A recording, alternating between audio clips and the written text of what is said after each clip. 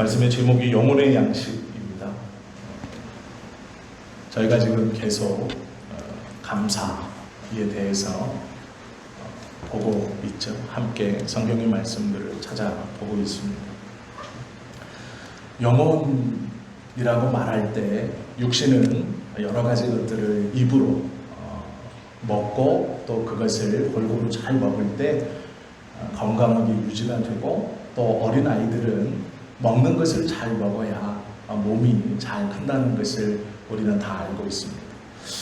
이것과 함께 영혼도 무엇인가를 먹어야 또 무엇인가를 계속해서 공급받아야 살아갈 수 있습니다. 하나님의 은혜와 하나님의 은총을 받아야 사는 것은 당연하지만 그 은혜와 은총이 끊임없이 우리의 영혼에 공급되어지고 또 우리 스스로가 하나님 앞에 나아가는 귀하고 복된 필수 영양소 같은 게 있습니다. 꼭 필요한 것이죠. 그것이 감사입니다. 영혼은 감사라는 양분을 먹고 또한 그것을 하나님께 올리며 커가고 살아갑니다. 육신의 배가 부른다고 영혼이 건강해지는 것은 아닙니다. 아무리 내가 몸을 튼튼하게 한다고 해서 내 영혼도 그것과 비례해서 건강해지고 튼튼해지는 것이 아니죠. 오늘 시편 103편의 말씀은 우리의 영혼이 어떻게 건강해지고 또한 우리가 하나님 앞에 어떠한 것을 놓치면 안 되는지 그 말씀을 보고 있습니다. 영혼은 감사가 필요합니다. 우리가 하나님 앞에 감사를 온전히 드려야 하죠. 그런데 이 감사를 막는 것이 있습니다. 이 감사가 끊어지면 영혼이 점점점 궁핍하게 되고 결국에는 병까지 들게 됩니다. 감사가 부족한 이유는 우리가 이 당연의 세계에 취해 있고 이 당연의 세계에 길들여져 있기 때문에 그렇습니다. 주어진 모든 것이 당연하다라고 생각하는 것입니다. 우리는 당연의 세계에 당연히 살고 있다라고 생각합니다. 마땅히 누려야 하고 마땅히 받아야 하고 마땅히 내 것이라고 생각하는 것이죠. 당연히 넉넉히 받아야 하는데 부족하면 원망이 일고 불평이입니다. 감사 대신에 다른 것들이 우리의 마음에서 튀어나옵니다. 김재필이라는 사회학 박사가 코로나를 겪으면서 H에게라는 책을 썼습니다. 그 책에 이런 말이 써 있습니다. 아직 끝나지 않은 코로나19로 그동안 당연하게 여겼던 것이 당연하지 않다는 것을 알게 되었다. 당연한 것은 없다는 것을 새삼 깨우쳤다. 뒤돌아보면 너무 당연의 세계에 빠져서 아무것도 의심하지 않고 살아왔다라는 내용이 있습니다. 어린아이들과 어른들의 대화를 가만히 들어보면 알 수 있습니다. 우리 모두는 당연의 세계에 익숙해져 살고 있습니다. 그러나 어린아이들은 이 당연의 세계에 아직 빠져 있지 않습니다. 그래서 왜? 라고 자꾸 묻습니다. 어른에게 당연한 것이 아이들에게는 당연하지 않습니다. 그래서 자꾸 묻습니다. 왜 그래? 왜 그런 거야? 왜 이렇지? 왜? 라고 아이들은 자꾸 질문합니다. 왜 질문하는지 아십니까? 당연하지 않기 때문입니다. 이것은 왜 이렇게 될까? 이것은 왜 이렇게 행동해야 하나? 이것은 왜 이렇게 말하라고 하나? 라는 모든 것들이 당연하지 않기 때문에 그렇습니다. 아이들에게 세계는 왜? 라는 것으로 하나하나 알아가고 어른들에게 세계는 너무도 당연한 것입니다. 그래서 아이들의 세계와 어른들의 세계는 같지 않습니다. 아이들은 왜라고 질문하고 어른들은 당연의 세계에 당연히 살기 때문에 그 아이들의 질문을 짜증내합니다. 코로나19의 위기를 우리 모두 함께 겪었습니다. 그러면서 우리는 알게 되었습니다. 당연하던 것이 당연하지 않다는 것을 알게 되었죠. 아무 때나 주일이 되면 예배 드릴 수 있다고 생각했습니다. 그러나 그 당연한 것이 당연하지 않게 되었습니다. 언제든지 함께 밥을 먹을 수 있다고 생각했지만 그게 당연한 것이 아니라는 것을 알게 되었습니다. 친한 친구를 만나서 커피숍에서 충분한 시간 동안 수다를 떨 수 있을 것이라고 생각했지만 그렇게 모이는 것이 당연하지 않다는 것도 경험했습니다.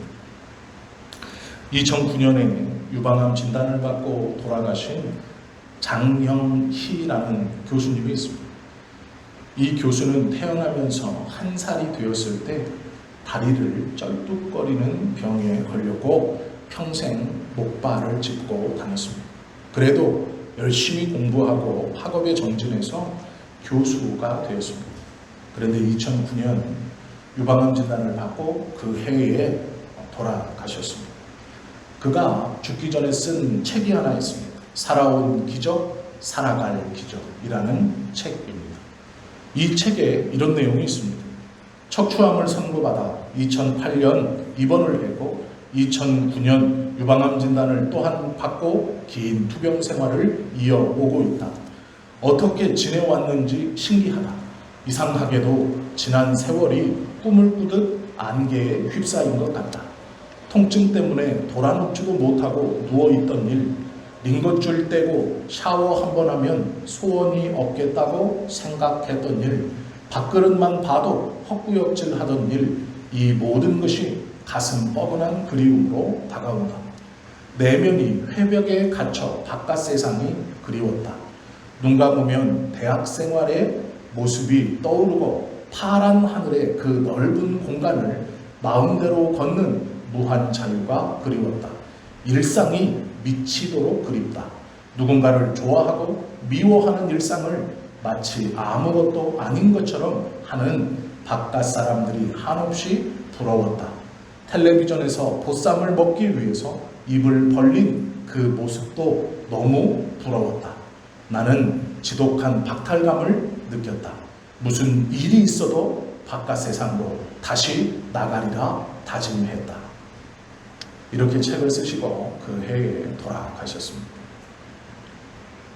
우리는 당연히 누리는 것을 어떤 이는 부러워하고 질투심마저 느끼고 다짐까지 하게 되죠. 무료하고 지루해 보이는 김 빠진 일상도 당연한 것이 아니고 누구에게는 너무나 부럽고 너무나 소중하고 너무나 귀한 것이다 라는 것이죠. 감사가 막히면 모든 것이 당연하다라고 생각되어집니다. 그러기에 당연히의 세상에 빠져 있으면 감사할 수 없습니다. 감사를 우리가 하려면 오늘 본문을 가만히 보시면 됩니다. 우리의 영혼이 하나님 앞에 온전히 다시 회복되고 살아나려면 오늘 본문의 말씀을 꼭 기억해야 합니다. 20절과 22절까지 말씀입니다. 능력이 있어 여호와의 말씀을 행하며 그의 말씀의 소리를 듣는 여호와의 천사들이여 여호와를 송축하라. 그에게 수종들며 그의 뜻을 행하는 모든 천군이여 여호와를 송축하라. 여호와의 지으심을 받고 그가 다스리시는 모든 곳에 있는 너희여 여호와를 송축하라. 내 영혼아 여호와를 송축하라 라는 말씀입니다. 이 말씀에서 중요하고 정말로 귀중한 말씀이 무엇입니까? 송축하라입니다. 우리는 당연히의 세상을 삽니다. 그러나 하나님은 우리를 송축의 세상으로 초대하시고 그곳에 살게 하셨습니다. 송축이라는 것은 당연하지 않기에 주신 분께 감사하며 살아가는 모양입니다. 송축이라는 것은 나에게 베풀어 주신 하나님께 감사하며 영광을 돌리는 것입니다. 우리는 내가 받을 것, 내가 누릴 것을 받지 못하고 누리지 못하고 또 누린다 하여도 그것이 당연한 것임을 이 세상을 통해 살아가면서 생각합니다. 그러기에 남들보다 비교하여서 부족하면 불평하고 불만을 갖고 원망하고 때로는 상대방을 미워하기도 하고, 그러나 하나님은 우리를 당연히의 세상이 아닌 송축의 세상으로 초청하시고 살아가게 하십니다. 천사들도 송축하고 만군들도 송축하고 우리 모두가 송축하며 끝내는 내 자신도 송축해야 한다라고 말하는 것이죠. 103편 2절에 보면 내 영혼아 여호와를 송축하며 그의 모든 은택을 잊지 말지어다 라고 말합니다. 우리는 하나님을 송축해야 하는 것인데 그 이유는 모든 것이 하나님의 은택, 은총, 은혜이기 때문이라고 말합니다. 송축의 세계를 좀 더 쉬운 말로 이야기하면 은택의 세계이고 은총의 세계이며 은혜의 세계입니다. 3절부터 6절까지 8가지 은혜에 대해서 말씀합니다. 또한 8절부터 10절까지 이 8가지 은혜를 베풀어 주신 분이 누구인가를 설명하고 하나님의 성품을 6가지로 말씀해 주고 있습니다. 그리고 그분에게 우리는 마땅히 모든 세계는 마땅히 송축해야 한다라고 말하고 있죠. 당연히의 세계와 결별하고 송축의 세계로 들어가 하나님께서 원하시는 이 은혜의 세계에 사는 것이 우리의 모습입니다. 우리는 악함과 약함 가운데서 하나님의 은혜를 경험하는 사람들입니다. 본문을 가만히 보시면 10편, 13편까지 이렇게 되어 있습니다. 103편 10절, 13절까지 우리의 죄를 따라 우리를 처벌하지 아니하시며 우리의 죄악을 따라 우리에게 그대로 갚지는 아니하셨으니 이는 하늘이 땅에서 높음같이 그를 경외하는 자에게 그의 인자하심이 크심이로다. 동이 서에서 먼 것 같이 우리의 죄가를 우리에게서 멀리 옮기셨습니다. 아버지가 자식을 긍휼히 여김같이 여호와께서는 자기를 경외하는 자를 긍휼히 여기시나니 라고 말씀합니다. 우리의 악함, 우리의 죄악, 하나님은 그것을 우리의 악한 대로 갚지 않으셨다라고 말씀합니다. 우리는 악 가운데 있습니다. 악함 가운데 살고 있습니다. 그러나 하나님은 우리의 죄악을 따라 갚지 않으시고 오래 참으십니다. 우리는 하나님의 은총의 축복의 자리로 나아갈 수 있는 이유가 이것입니다. 하나님은 우리의 악함대로 갚으신 것이 아니라 오래 참으시고 우리의 악이 아닌 하나님의 높으심을 따라 우리를 기다리시고 우리를 붙들고 모든 은총을 여전히 베풀어 주신다라는 것이죠. 이것을 기억할 때 우리는 당연히의 세상에서 은총과 은혜의 세상으로 돌아와 하나님께 송축, 즉 감사하며 살아갈 수 있습니다. 성경은 그래서 우리를 계속해서 죄인 되었을 때를 기억하라 말씀하십니다. 죄인이 아니라고 선언하지만 우리에게 그때를 꼭 기억해야 한다라고 말하는 이유는 이 은총의 세계에 살기를 원하시기 때문입니다. 쉬운 말로 감사하며 살아야 하기 때문에 그렇다라는 것이죠. 우리는 악한 것뿐만 아니라 또한 약합니다. 14절부터 16절은 이렇게 말합니다. 이는 그가 우리의 체질을 아시며 우리가 단지 먼지뿐임을 기억하심이로다. 인생은 그날이 풀과 같으며 그 영화가 들의 꽃과 같도다.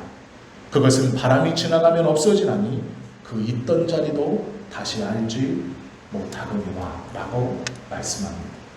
우리는 악하고 또한 약합니다. 아무것도 아닙니다.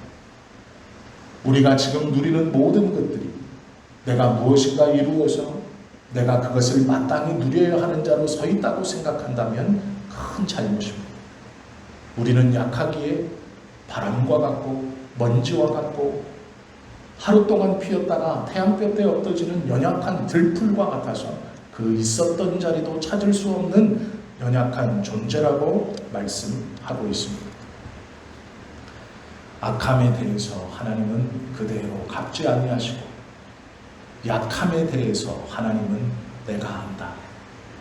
너의 약함을 알고 너의 연약함을 알고 너의 부족함을 안다라고 말씀해 주십니다.